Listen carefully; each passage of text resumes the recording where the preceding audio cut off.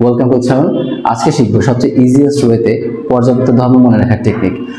ধরো এটা একটা পর্যায় সারণী, এটা একটা পর্যায় সারণী বাম থেকে ডান দিকে অর্থাৎ পর্যায় ভিত্তিক সম্পর্ক, আর এটা পর্যায় সারণীর উপর থেকে নিচে অর্থাৎ গ্রুপ ভিত্তিক সম্পর্ক। তাহলে বাম এবং ডানের মধ্যে আমরা ডানকে বলবো পজিটিভ আর বামকে বলবো নেগেটিভ। উপর আর নিচের মধ্যে উপরকে বলবো পজিটিভ এবং নিচকে বলবো নেগেটিভ।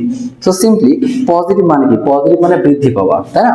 আর নেগেটিভ মানে হচ্ছে হ্রাস পাওয়া। তাহলে এভাবে মনে রাখবা, যদি বাম থেকে ডানে যাই অর্থাৎ পজিটিভের দিকে যাই তাহলে অআইট বৃদ্ধি পাবে। আচ্ছা, অএথ মানে কি? অতে হচ্ছে অধাতব ধর্ম, আতে আয়নীকরণ শক্তি, ইতে ইলেকট্রন শক্তি, ততে তড়িৎ ঋণাত্মকতা। তার মানে বাম থেকে ডানে গেলে অআইট কি হবে?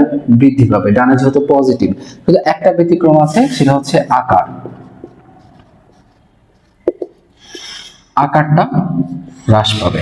তার মানে বাম থেকে ডানে গেলে অআইট বৃদ্ধি পাবে এবং আকার হ্রাস পাবে।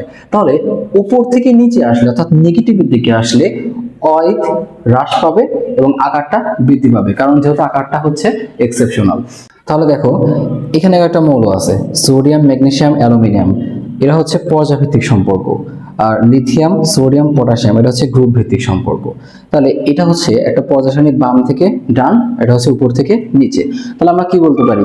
যত বাম থেকে ডানে যাচ্ছি অআইট বৃদ্ধি পাবে এবং আকার হ্রাস পাবে, আর যত উপর থেকে নিচের দিকে আসব তত অআইট হ্রাস পাবে, শুধু আকারটা বৃদ্ধি পাবে। কিন্তু এটা একটা ব্যতিক্রম আছে, মানে এই যে ম্যাগনেসিয়াম এবং অ্যালুমিনিয়াম তো ম্যাগনেসিয়ামের ডানে আছে, তাহলে আয়নীকরণ শক্তিটা বেশি হওয়ার কথা কার? অ্যালুমিনিয়ামের। কিন্তু অ্যালুমিনিয়ামের আয়নীকরণ শক্তি বেশি হবে না, হ্যাঁ, না হয়ে রাদার ম্যাগনেসিয়ামের আয়নীকরণ শক্তি অ্যালুমিনিয়ামের চেয়ে বেশি হবে। সো এই ব্যতিক্রমগুলো কেন হচ্ছে এটা জানার জন্য এই টপিকে আমার যে ফুল ভিডিওটা আছে ওটা দেখতে পারো।